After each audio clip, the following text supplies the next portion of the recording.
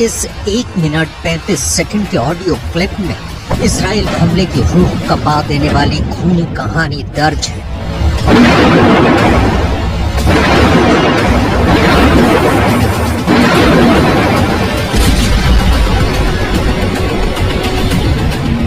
सिर्फ आवाज, बाकी कोई पहचान नहीं, क्योंकि वो अक्सर वीडियो में नकाबपोश ही नजर आता है या फिर सिर्फ उसकी परछाई ही दिखती है।